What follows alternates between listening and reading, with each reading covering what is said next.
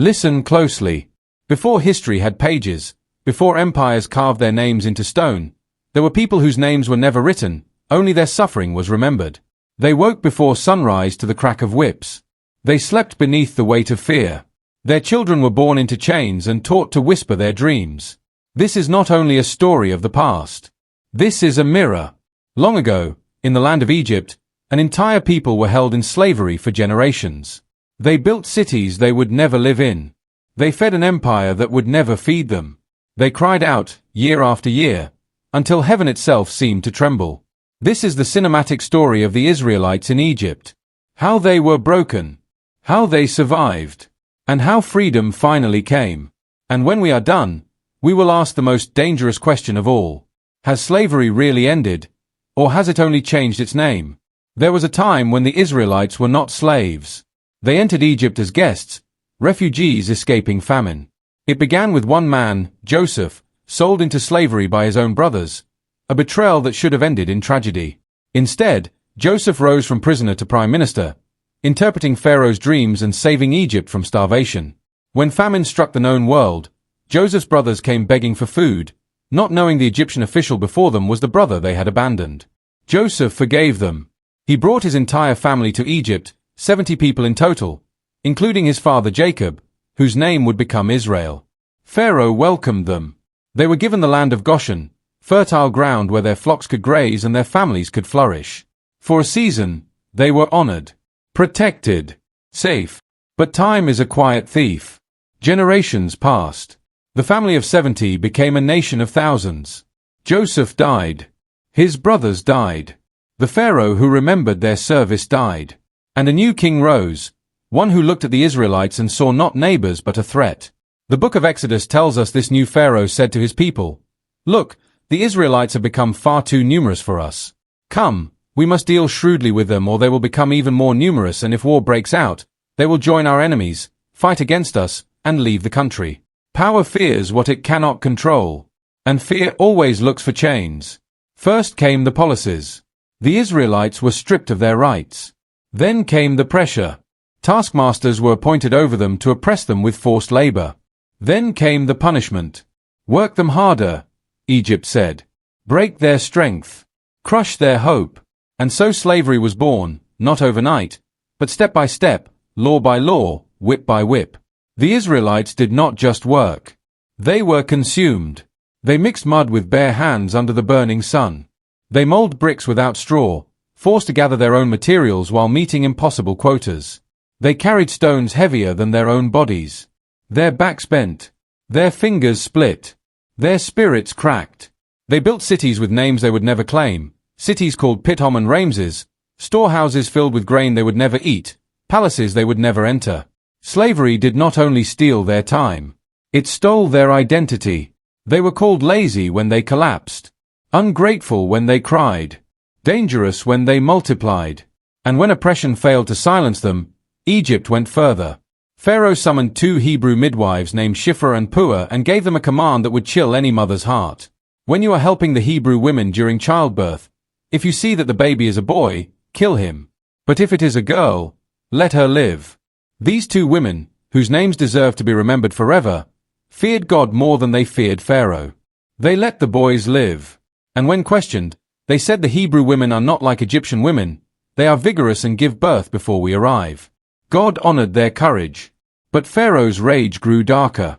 The order went out to all of Egypt. Every Hebrew boy born must be thrown into the Nile River. Mothers hid pregnancies in fear.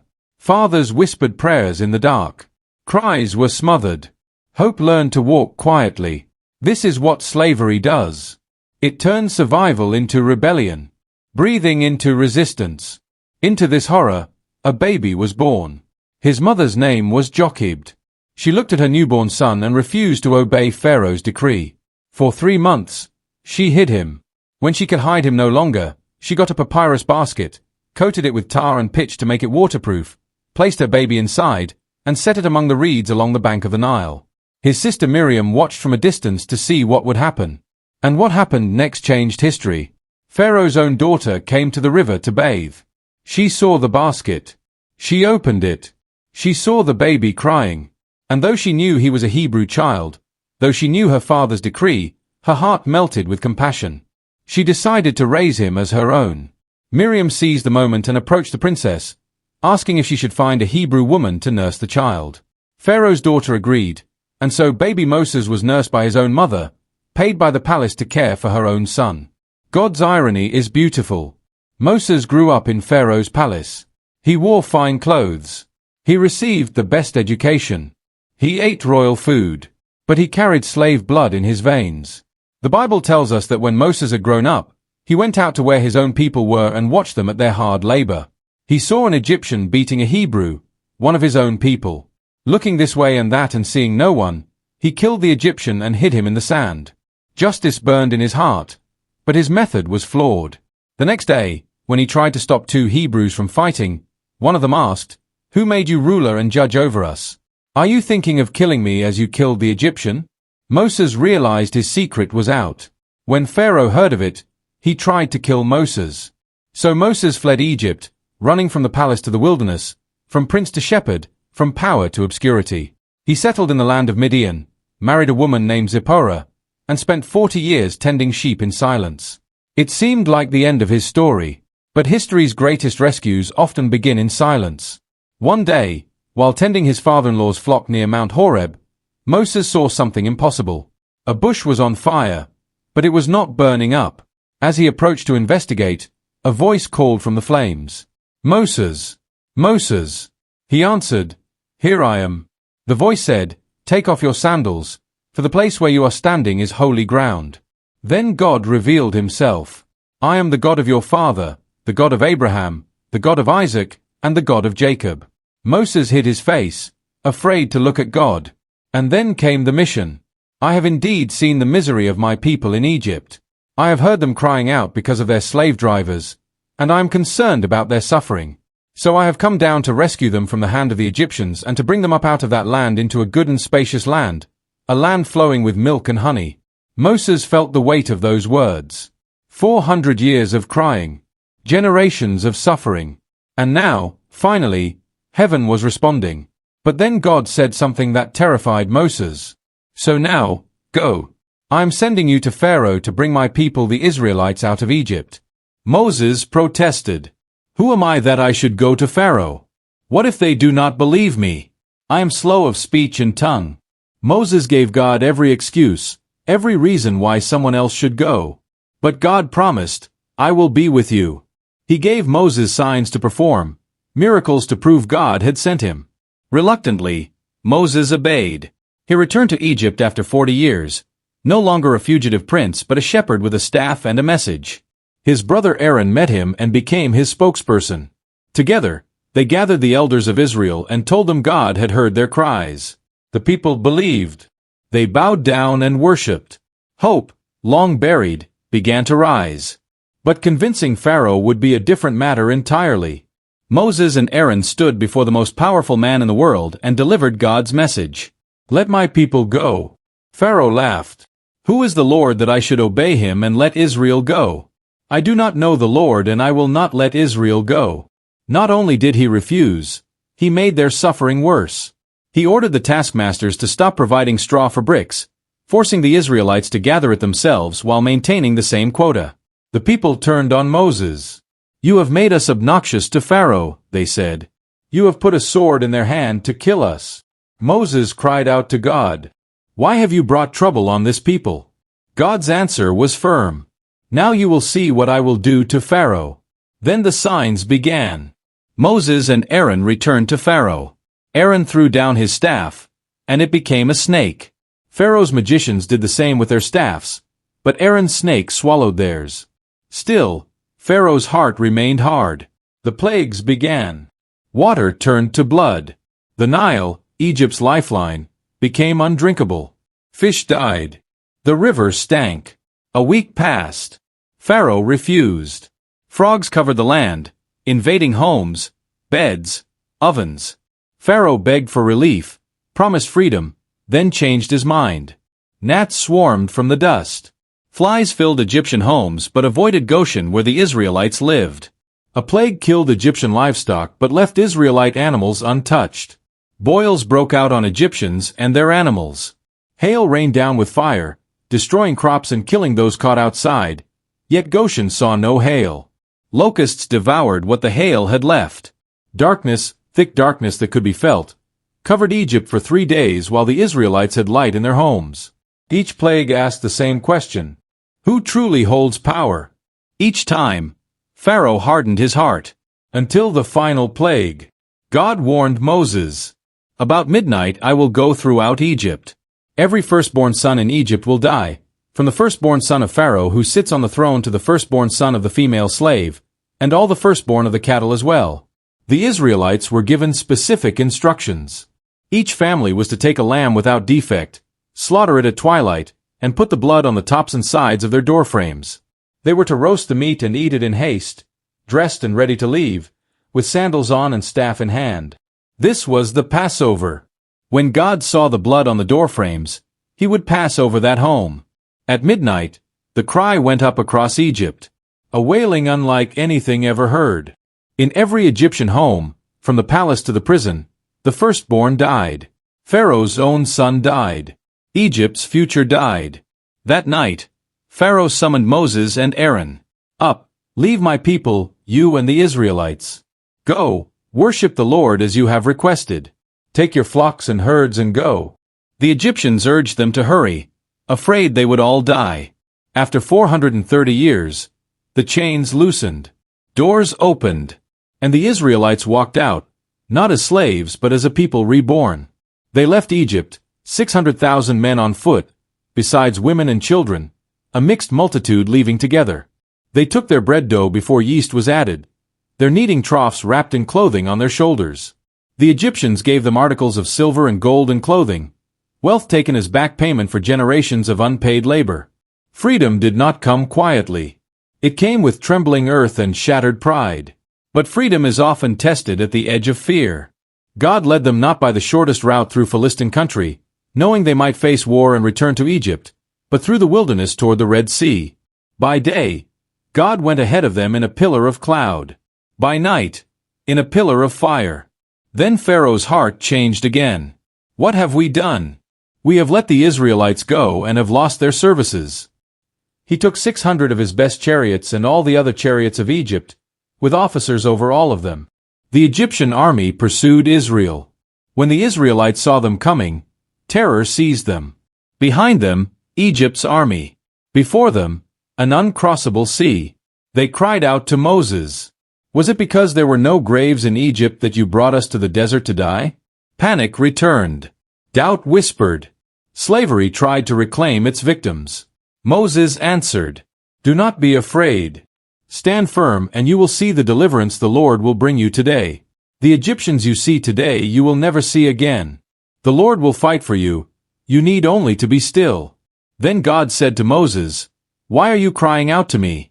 Tell the Israelites to move on. Raise your staff and stretch out your hand over the sea to divide the water so that the Israelites can go through the sea on dry ground." Moses obeyed. All that night, the Lord drove the sea back with a strong east wind and turned it into dry land. The waters divided. Walls of sea stood like witnesses on both sides. Dry ground appeared where death should have been. And an entire nation walked through what once trapped them. The Egyptians pursued them into the sea. At dawn, God threw the Egyptian army into confusion.